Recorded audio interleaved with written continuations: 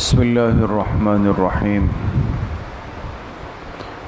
رمضان المبارک کا تیسرا عشرہ چونکہ بالکل قریب ہے اور آج 19واں روزہ ہے، تو اس نسبت سے کہ آخری عشرے کا جو سب سے بڑا اور افضل عمل ہے یعنی اعتکاف سنت کا، چونکہ وہ شروع ہونے والا ہے، تو انشاءاللہ آج اور کل 2 دن اعتکاف سے متعلق جو ضروری اور بنیادی مسائل ہے وہ انشاءاللہ عرض ہوں گے، اور اس کے بعد انشاءاللہ جو زکوٰۃ کے مابقیہ مسائل ہیں وہ اپنی ترتیب پر آئیں گے۔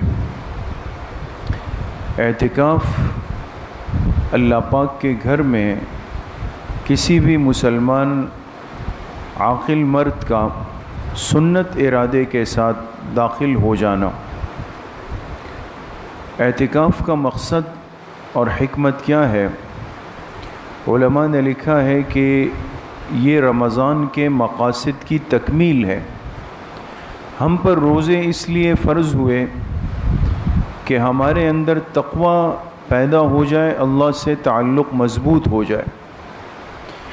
20 دن تک یہ مسلمان کوشش کرتا ہے کہ میں اللہ پاک سے اپنے تعلق کو مضبوط کر لوں، بالآخر آخری عشرے میں یہ اپنا تکیہ بستر اٹھا کے اللہ پاک کے گھر پہ آ کے بیٹھ جاتا ہے کہ اب تو اللہ پاک کو راضی کرنا ہے، اپنے گناہوں کی معافی مانگنی ہے، اور رمضان کی جو نعمت اللہ پاک نے دی ہے اس کے مقصد کو حاصل کرنا ہے۔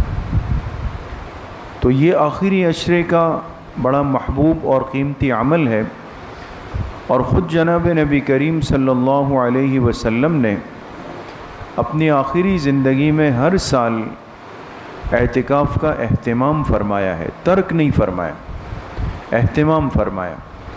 1 سال کسی عذر کی وجہ سے رہ گیا تو اگلے سال آپ علیہ الصلاۃ والسلام نے بطور تلافی کے 20 دن کا سنت اعتکاف فرمایا۔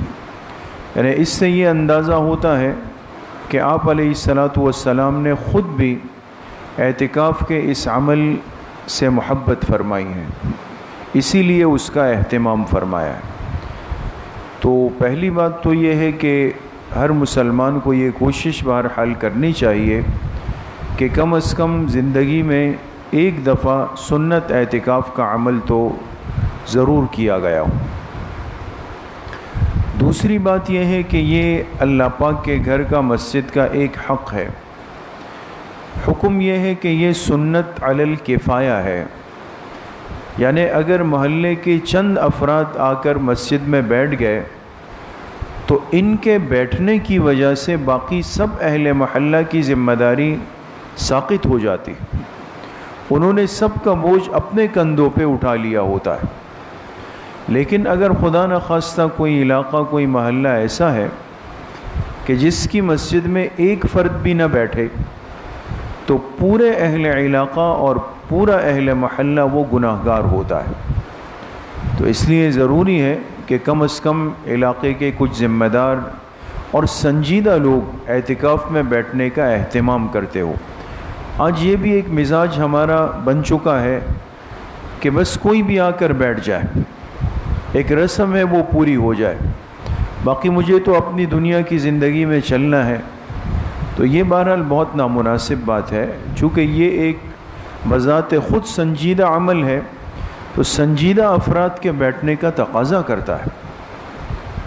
اور تیسری اہم بات یہ ہے کہ اس سنت عمل کے لیے کس وقت تک معتکف مسجد میں آ جائے، یہ اہم بات ہے۔ جو مسلمان سنت اعتکاف کا ارادہ جس مسجد میں بھی رکھتا ہو تو اس کے لیے ضروری ہے کہ وہ 20 رمضان کی مغرب سے پہلے 20 رمضان، آج 19 ہے نا، کل 20 ہے، کل جمعے کے دن، تو 20 رمضان کے غروب سے پہلے وہ اس مسجد کی حد میں داخل ہو جائے جس مسجد میں اس نے اعتکاف میں بیٹھنے کا ارادہ کیا ہے۔ اگر اذان شروع ہو گئی، مغرب کا وقت ہو جائے اور اس کے بعد کوئی معتکف آئے اور پھر پورے 10 دن بھی بیٹھ جائے وہ سنت نہیں ہوگا، وہ نفلی اعتکاف ہوگا۔ تو اس لیے ضروری ہے کہ اس سال جس مسلمان نے بھی جہاں بھی بیٹھنے کا ارادہ کیا ہو تو وہ اپنے جو ضرورت کا ضروری سامان ہوگا بقدر کفاف اس کو لے کر 20 رمضان کے غروب سے پہلے پہلے اس مسجد کی حد میں چلا جائے، داخل ہو جائے گا تو اس کا سنت اعتکاف شروع ہو جائے گا۔